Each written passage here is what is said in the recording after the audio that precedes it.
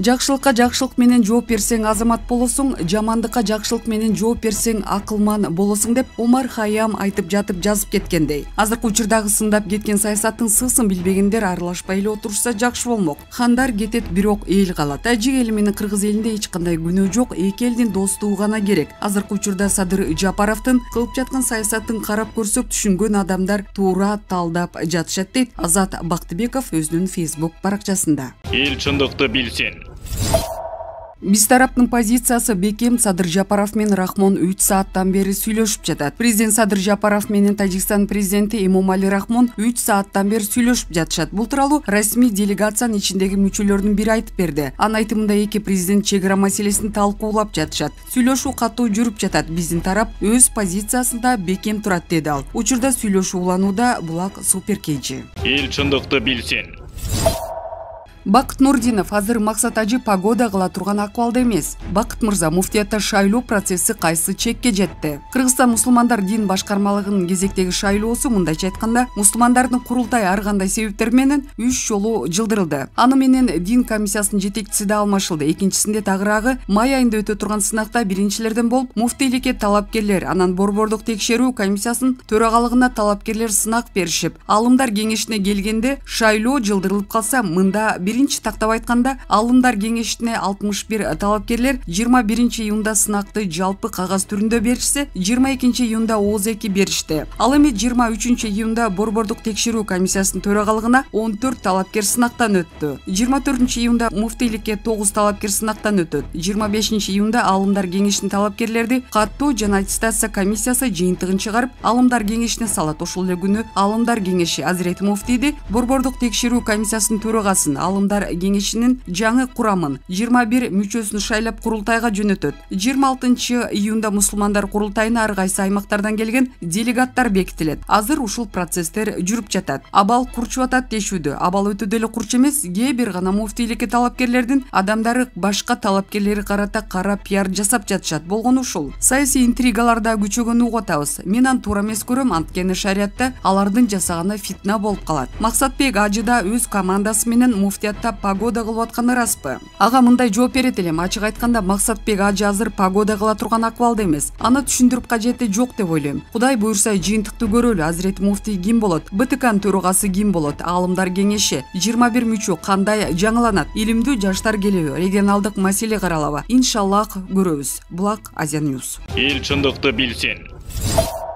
Кыргызстан ички тышкы күчтөрдүн бутасында калды, айла табалы. Президент Садыр Жапаров менен УКМК төрагасы Камчыбек Ташиевдин келишиминен 30 жылдан берки аткарылбаган саясий экономикалык реформалар ишке аша баштады. Биринчи күндөн баштап тактикалык туура кадамдар жасалып, эл алдында айтылган коррупцияга каршы күрөш жүрүп жатат. Бирок жаңы бийлик алдыга, эски бийлик артка тартып, коррупцияга каршы күрөш ит жыгылыш абалда. Анткени бийлик бутактарында кала берген Сокен мафиясы күнөөнүн баарын экс-президент Алмазбек Атамбаев менен Өмүрбек Бабановго үйүшүп, өздөрү жазага тартылбай кутулуп кетүү аракетин көрүшүүдө. Анын үстүнөн Өмүрбек Бабанов президенттик шайлоодо эң күчтүү талапкер болуп, Сокенин Атамбаевден кийинки экинчи душманына айланган. Ошентип АК-УК Жээнбековдордун кылмыштуу иштери үчүн башкалар камалышы керекпи? Коррупция, мафия менен ит жыгылыш болуп жаткан Кыргызстанга 3 чоң держава көз салып турса, андан кийин НАТО өлкөлөрү Туркия, Арабия болуп, аягында тажиктер менен талибандар да жүрүшөт. Баарынын кызыкчылыктары бар экенин белгилөө. Президент Садыр Жапаров менен УКМК төрагасы Камчыбек Ташиев коррупцияны жок кылгысы келсе Кытайдын мыйзамдарын колдонуулары керек. Бул Кыргызстандагы коррупция, мафия, уурлукту Кытайдын кунг-фусу менен токтотконго барабар. Эгер камап, сүйрөп, кустуруп, анан айкөлдүгүн көрсөтүшсө, болгону саясий шоуга айланат. Бирок артка кетүүгө жол жок экенин кыргыз саясатчылары жакшы билишет. Кумтөр алтын кенин казып жаткан учурда кыргыздар жер үй алтынын да өздөрү казып Кыргызстанга 1% үлүш калтырбаган аферисттерди УКМК набагына камаш керек. Кыргызстандын бардык тармактары мышык, ыйлардык абалга жеткендиктен тез жана ыкчам реформаларга муктаж. Ар бир тармак боюнча мамлекеттик комиссиялар түзүлүп, президент Садыр Жапаровго отчет берип туруулар зарыл. Жакында болуп өткөн сот системасындагы реформа бир соттун 1 сааттык доклады менен башталып, бир соттун мастыгын көрсөтүү менен аяктады. Мындай показуханы Сокен соттору президент Садыр Жапаровго атайын сюрприз катары көрсөтүштү. Мас сотко чара көрбөй жүрө берген соттор буга чейин эшек такалап жүрүшкөнбү? Бул окуя жалпы сот системасы чирип бүткөнүн айтып турат. Кеч болуп кала элек электи кыргыз мамлекетин оңдоп түзөп өнүгүү жолуна салуу ар бир кыргыздын милдети. Мурда Америка Кошмо Штаты баш болгон капиталисттер акырындык менен чачыратып жок кылып келишсе, бүгүн ачык эле басып киргенге даяр. Анын үстүнө 30 жылдан бери бардык обработкалардан өтүп далай эксперименттер жүргүзүлгөн даяр регионго айландык. Жогоруда айтылган Украина, Белоруссияда эки державанын Америка Кошмо Штаты, Россия тирешүүсү болуп жатса, Кыргызстанда Кытайдын кызыкчылыгы кошулуп 3 державанын тирешүүсү бар. Россия Кытай Кыргызстанга коркунуч жаратпаганы менен Америка Кошмо Штаты баш болгон НАТО армиясы Афганистандан кетип Борбор Азияны көздөп турушат. Анын ичинен акса койду бөрү аңдыйт болуп, эң ылайыктуусу Кыргызстан экени талашсыз. Ошондуктан 30 жылдан бери талкаланып келген Кыргызстанды тезинен калыбына келтириш үчүн стабилдүүлүк керек болууда. Россия президенти Владимир Путин аркылуу кыргыз-тажик чегарасы орустар менен бирдикте кайтарылса, ички реформаларды жүргүзсө болот. Кыргызстанга кол салган Имомали Рахмонго доллар берип, талибандарга, террорист экстремисттерге коридор ачып берүүсүн сураса, чегара чырык кайталанышы мүмкүн. Чегарада кыргыз-орус аскерлери турушса, НАТО эмес, шайтаны да келе албасы белгилүү. Бийлик, байлык, акчанын артынан түшкөн кыргыз генералдары Кыргызстандын коопсуздугун камсыздай алышабы? Булак Арбай Кейчи. Эл чындыкты билсин.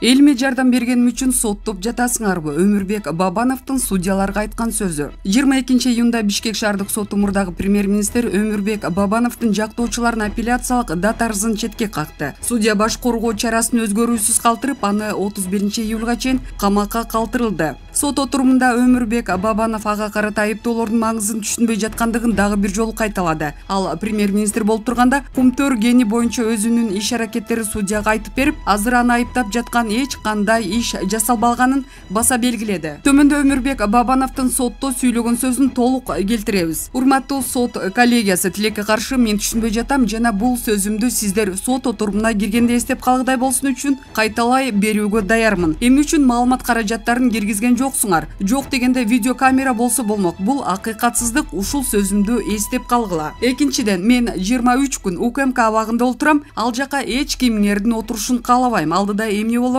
Кудайым өзү билет. Мени бир да жолу суракка чакырышкан жок. Бир жолу сурак өткөргөн жок. Ал жерде 23 күн олтурам, мен ал жерде эмне кылып жатам? Мени Кыргыз Республикасынын жогорку саясий жетекчилиги керт башынын пайдасын ойлоп, арам ойлоп, өлкөнүн Кыргызстан элинин кызыкчылыгын тебелеп, Центерия Голдтун айрым өкүлдөрү менен кылмыштык сөз байлашты деп күнөөлөтүүдө. Муну прокуратура айтып жатат, мен ким менен сөз байлаштым? Бир да далилиңер барбы? Бир чакырып терүү амалдарын өткөрбөйсүңөрбү? Кумтөрдү азыр силер башкарып жатпайсыңарбы? Кумтөрдөн 16300 гектар жерди тартып алып, мамлекетке кайтарып жатсам, анан кантип сөз байлашам? Урматтуу сот коллегиясы, бир эле мисал келтиргилечи. Мен премьер-министр катары Центериядагы директорлор кеңешинин Кыргызстан тарабынан 3 кишиге мүчөлөр санын көбөйттүм. Буга чейин экөө эле олтурчу. Директорлор кеңешиндеги мүчөлөрдүн санын көбөйтсө, компанияга көзөмөл берерин билесиңерби? Мен өзүм ошону кылдым. Мен өзүм Центерия Голдто каржы директорунун Кыргыз тарабынан болсун деп буйрудум. Каржылык агымдарды көзөмөлгө алуу үчүн Кыргыз тарабынын кызыкчылыгын коргоо деген ушул. Мамлекеттик менчикти коргоо. Кыргызстанда 2 компания иштечү. Кумтөр Голд компания, Кумтөр Operating компания. Ушунун бирөөсүн жабыш керек деп айттым. Бул жердеги компания каржы директорунун операциялык ишмердүүлүгүн киргизүү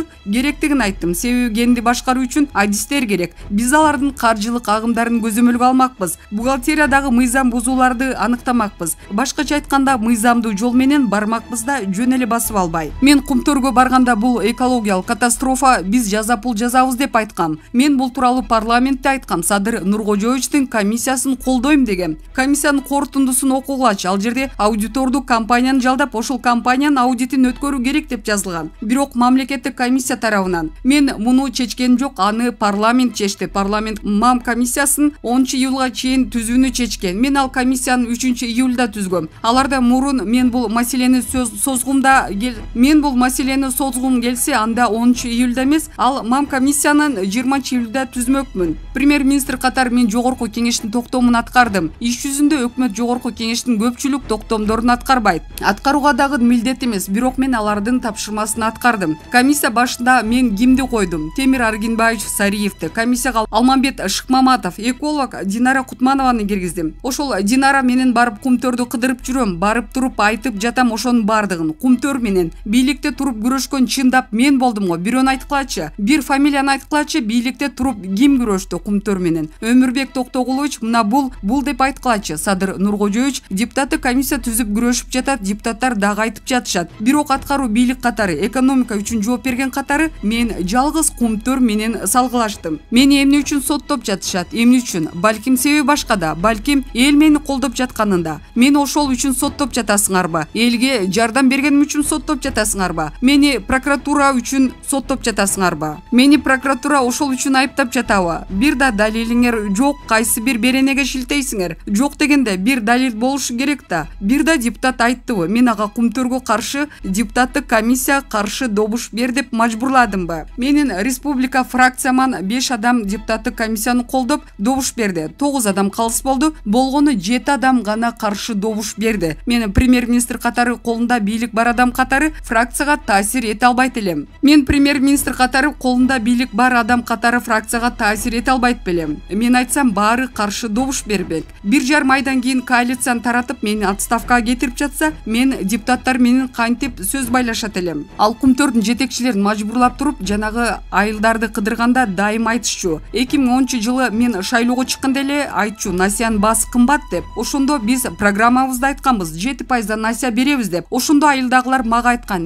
жанагы байлар эле алып коюп жатышат. Банктан 100 000 сом алам десең, 200 000 сомдук күрөө сурашат деп. Айылда 200 000 сомдук күрөө жок деп. Ошол үнүн угуп, биздин укугубуз жок, аларга жардам бербегенде деп, ар бир адамдын шарты ар кандай болуп калышы мүмкүн. Кумтөрдү мажбур кылып, бул элдин акчасы деп жана Ала Тоо финансты 100% мамлекеттик компанияны түзүп, 987 миллион сомду ага түшүрүп, 10 майдан баштап 9 сентябрга чейин мен 31 августта кеттим. Алар 13,5 миң кишиге насия беришиптер. 13,526 адамга берген. 7%дан күрөөсү жок. Күрөөсү жок алган ошол насияны насия кеңешин түзгөнбүз айылдарда. Коррупция болбосун алсын деп ошол насия кеңештерди айткан айылдыктар алган. Жанагы микро каржы компаниянын жетекчилери эмес, микро каржы компанияда Ала Тоо финанс атайын кеңеш түзүлгөн. Бир киши башкарбасын деп. Анан мен кеткенден кийин бул акчанын бардыгын кайрып алгандан кийин акчаны РСКга салып койду. Ал эми ошол жашоосу өзгөрдүбү? Ушул 9 жылда мен эсептеп көрдүм, 240 000 адамдын жашоосу өзгөрмөк экен. Ошол насия алганда айткылачы, азыр бир уюмдан күрөөсү жок ала аласыңарбы бир нерсе? Урматтуу соттун мүчөлөрү, урматтуу прокурорлор, эмнеси туура эмес? Мажбур кылып туруп 987 миллионду Кумтөрдөн алып жатсам, ошолор мени жакшы көрүшөбү? Мындан тышкары дагы бир далил, мен премьер болуп иштеп турганда Кумтөр өндүрүшүн 30%га азайтып, иддадан түшүп калсын деп Бабановду кетириш керек деп. Ошондой кадамдар болгон. А силер мени азыр Кумтөргө жабыштырып жатасыңар. Тилекке каршы силер билесиңер, мага иштегенге мүмкүнчүлүк бербеди. Жаңы жылга чейин иштегенде 70% Кыргызстандыкы болмок соттук процесстери жок эле далил менен. Мына мындай акыйкатсыздык менен эч нерсе бүтпөйт. Бул акыйкатсыздык улана берсе эч нерсе оңолбойт. Кыргызды талай берсе мамлекет оңолбойт. Кыргызды мыйзамсыз соттой берсе эч нерсе оңолбойт. Чындык, акыйкат дагы болушу керек да. Кайсы жерден акыйкаттык издейбиз? Балким Алла Таала атайын ушуну көрсүн, чыныгы сотторду көрсүн, укук коргоо органдарын чыныгы жүзүн көрсүн деп ушундай кылып жаткандар. Бардыгы Алла Тааламдын колунда, мен ишенем. Мен жакшы көргөн кыргыз элим чындыкты сөзсүз билет. Урматтуу соттор, азыр билем. Силер мени актап бере албайсыңар, бирок үйгө чыгарганга силердин укугуңар бар. Мен азыр башка прокурор боло отурган Зулушевка жана соттордун советинин төрагасы болдубу, жанагы билбейм, Зулушевдин жанында жүргөн билесиңер. Ташиев, Садыр Жапаров, Мамытов соттолуп жатканда бийликтин айткан тапшырмасын эмес, алар эрик алып чыгарышканда. Бүгүн көрүп жатасыңар, адамдар калыс чечим чыгарса, Алла Таалам өзү кандай алып чыгат. Мен дагы ишенем, ушул үчөөңөр азыр калыс чыгарасыңар деп. Телефондук чалуу менен эмес, буйрутма менен эмес, мына бул кагазды окуп туруп, мен сыртка чыкканда коомчулукка жардамдан башка зыяным жок менен. Мени ал жерде дагы канча күн кармайт, бир Алла Таалам өзү билет. Бирок ошондон элге пайда болобу, коомчулукка пайда болобу? Андан тышкары бул мыйзамдуубу же мыйзамдуу эмеспи? Мен ойлойм, силер өзүңөрдүн абийириңер менен эсептешип туруп, тапшырманы аткарбай өзүңөр чечесиңер деп ыраазычылык билдирип кеткен